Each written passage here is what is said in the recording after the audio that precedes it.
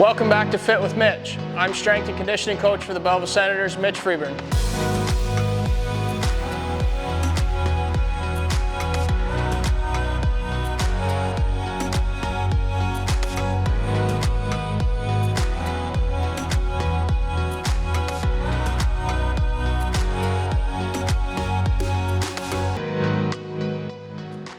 Hey everybody, welcome back to season 2 of Fit with Mitch. Hope you enjoyed last year's content and really looking forward to putting out more this year for you.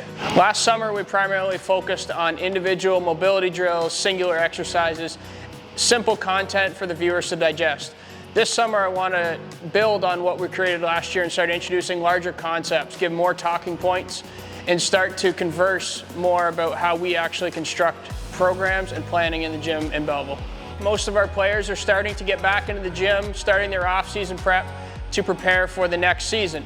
So I thought it would be fit for our first episode to kind of take you through just one example of what early first stage phase 1 off-season programming, we call it, looks like. So the beauty thing about the field of strength and conditioning is that there's no one way to reach a common goal. However, what I believe in and what we work on in the first phase is think about what don't they get in season and what do they get too much of. So our first phase of off season, I like to focus on first and foremost addressing the foot and ankle. Being in that skate boot for 6, 7, 8 months almost every day of the week, it really breaks down and causes some tissues to become overworked while underutilizing some. So that's our first thing we address. Secondly, you think of shooting. Everything happens where we close the shoulders. We work the front of the chest and the front of the shoulder, and sometimes the back of the shoulder, or the posterior chain as we call it, gets forgotten. So that's option 2. The third and last thing we'll talk about today is called joint length and tension relationships. So think of it as when you first get into the off season, you're trying to build somebody strength-wise. You're essentially reconstructing their foundation. You're working on fundamental movements to make sure they're solid and trying to be the healthiest version of themselves you can. When an athlete first comes in after a season, we don't necessarily want to jump right to hard.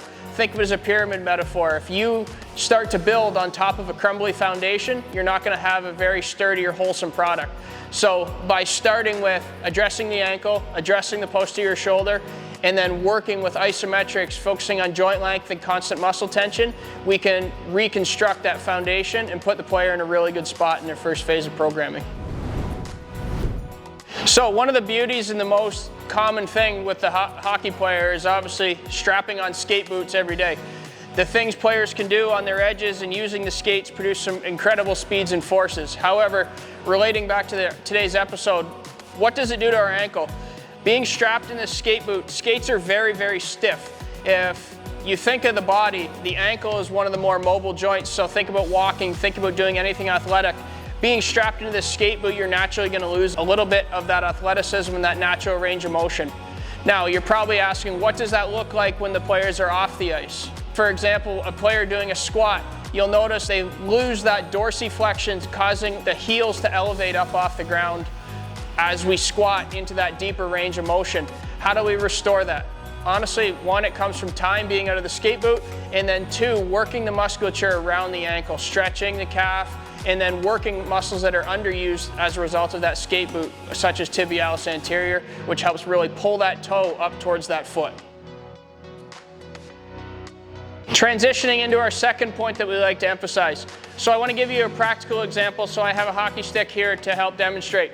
Everything in hockey you do is crouched forward, shoulders closed, and then building upon that. Picture shooting if you're a righty, or even a lefty, it's just the opposite way. Picture passing, picture receiving a pass.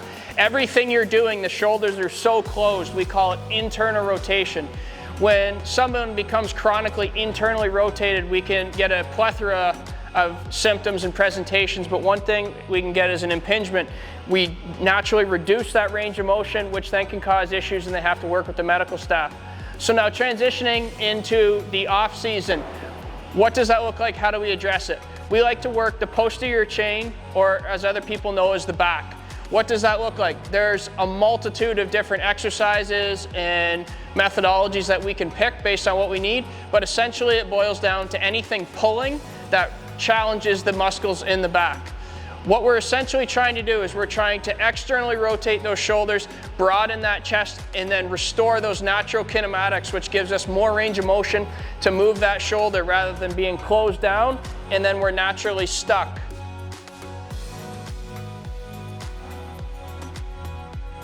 The last thing I want to discuss in this episode is restoring joint lengths and proper muscle tension. Building off that point and continuing to relate to our common theme, being chronically overused. When the players skate 6-7 times a week, we think of our primary muscles, we think of our glutes, we think of our hip flexors, we think of groin. From being in this crouched posture, the pelvis is naturally rotated forward, hip flexors are always short. And when an athlete comes in the early off season, that's what we see. We see this rotated posture, this naturally short. When you try and force any hip extension, they don't really like finding that length just because of that chronic overuse of that flexion extension cycling of skating. Now, how do we address this? Basically, our early goals in the off season is to just restore proper joint lengths. Get the body used to working at length again rather than that in tight, closed, packed position.